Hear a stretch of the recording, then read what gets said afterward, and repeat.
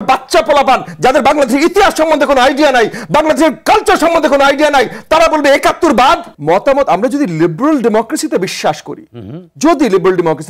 করি, আমরা অনেকেই বলছি কনস্টিটিউশন ছিঁড়ে ফেলবো, পুড়িয়ে ফেলবো, নতুন কিছু করে ফেলবো, কিন্তু যদি যে কনস্টিটিউশনটা ভুল ভ্রান্তি আছে, কিন্তু যে কনস্টিটিউশনটা আমাদের আছে এটা লিবারেল ডেমোক্রেটিক একটা কনস্টিটিউশন। যদি আমরা লিবারেল ডেমোক্রেসিতে বিশ্বাস করি তাহলে আমার অধিকার ততক্ষণ পর্যন্ত আমি খাটাতে পারি যতক্ষণ পর্যন্ত আমার অধিকার আপনার অধিকারের উপরে কোনো ধরনের হস্তক্ষেপ করছে না।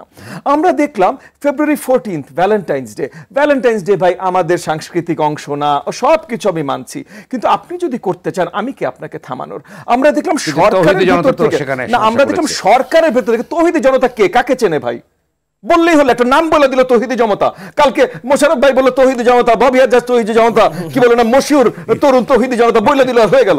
কারণ এই তৌহিদি জনতা নামে তো করছে প্র্যাকটিক্যালি, না যে নামে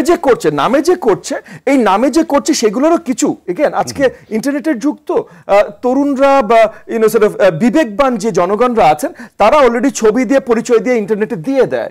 এবং আমরা দেখেছি যে তৌহিদি জনতার নামে একজন হ্যারাস করলো ঢাকা বিশ্ববিদ্যালয়ের ক্যাম্পাসে, তাকে যে জেল থেকে ছাড়িয়ে নিয়ে আসলো, যারা ছাড়িয়ে নিয়ে আসলো ফুলের মালা দিয়ে, টুপি পরিয়ে, পবিত্র কোরআন তার হাতে দিয়ে কোরআনের অবমাননা করেছে, এটা যারা করলো তাদের পরিচয় পত্র বেরিয়ে গেল যে তারা এর আগে হিজবুত তাহরির না কিসের সাথে জড়িত ছিল।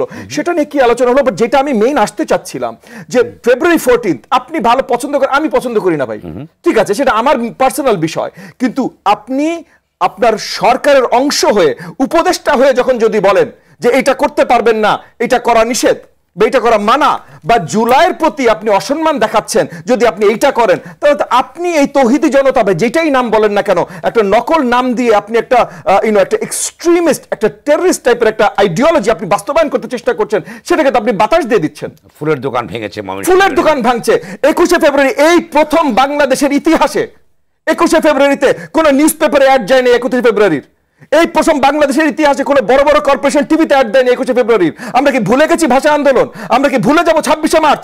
আমরা কি বলবো যে ৭১ আমাদের অংশ ছিল না? বিকজ কয়েকটা বাচ্চা পোলাপান যাদের বাংলাদেশের ইতিহাস সম্বন্ধে কোনো আইডিয়া নাই, বাংলাদেশের কালচার সম্বন্ধে কোনো আইডিয়া নাই, তারা বলবে ৭১ বাদ, বাংলা ৭১ ভুলে যাবো, আমরা বাংলাদেশ ভুলে যাবো, জাস্ট বিকজ কয়েকটা বাচ্চা পোলাপান যাদের ইতিহাস কালচার কিচ্ছু সম্বন্ধে কিছু জানে না, তারা বলবে যে আমরা নতুন বাংলাদেশ করবো, আমরা সেকেন্ড, থার্ড, ফোর্থ কত নাম্বার রিপাবলিক করবো, রিপাবলিকের নাম্বার পর্যন্ত তারা জানে না।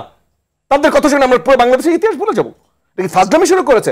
এই পুরো জিনিসটা তরুণদের দোষ না, রাজনৈতিক দলের দোষ না, কারোর দোষ না। এই যে কথা হচ্ছে বিএনপির লোকজন লুটপাট করছে বা চান্দা তুলছে, কেন ভাই আইন শৃঙ্খলা বাহিনীকে কেউ থামিয়েছে? বিএনপি আমার দল না ভাই, বা বিএনপির জায়গা থেকে তো বিএনপি একটার পর একটা বহিষ্কার করছে যাদেরকে ধরা পড়ছে, কিন্তু আইন শৃঙ্খলা বাহিনী বাদ দেন, মিডিয়া যদি নতুন সরকারের সাপোর্টে যে এই যে দলটা আসছে, এই সরকারি সাপোর্টে যে দলটা আসছে, এদের নামে রিপোর্ট পর্যন্ত করতে ভয় পায়।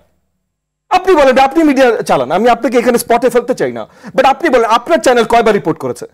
এই যে আপনার শোতে বসে বা যে কোনো শোতে বসে বড় দেখে বলছে এখানে বিএনপির লোকজন করছে, ভাই আমি না করছি না, কিন্তু তারা বহিষ্কারও করছে, সেখানে তাদেরকে আমি সাধুবাদ জানাই। যদি তারা বহিষ্কার না করতো আমি তাদেরকেও শক্তভাবে নিন্দা করতাম, কিন্তু অন্য পার্টি যে করছে তাদেরকে ধরেন, তাদের কথাও বলেন, তারা তো নতুন এসছে ভাই, মাঠে নতুন এসে অলরেডি চান্দা শুরু হয়ে গেছে, তাহলে তাদের সম্বন্ধে কি ব্যবস্থা আপনি নেবেন? তারা এই যে বিশাল করে একটা আয়োজন করছে, এই আয়োজনে ফান্ডিং করতে আসছে, তারা এইটা পর্যন্ত বলেছে যে তাদের ফান্ডিং করতে আসছে, তারা বলতে পারছে না কারণ এখানে সিক্রেসি আছে। কেন ভাই? এতদিন তো আমরা এগুলো নিয়েই কথা বলছিলাম, যে সিক্রেসি কেন আছে? আমি বিএনপির কাছে জানতে চাই তাদের ফান্ডিং করতে আসে, আমি জামাতের কাছে জানতে চাই তাদের ফান্ডিং করতে আসে, কারণ প্রত্যেকটা টাকা ফান্ডিং তুলতে রাশেদ জানে, আমি জানি আমাদের কি অবস্থা, মানে মাথার ঘাম কোথায় পায়ে ছুটে।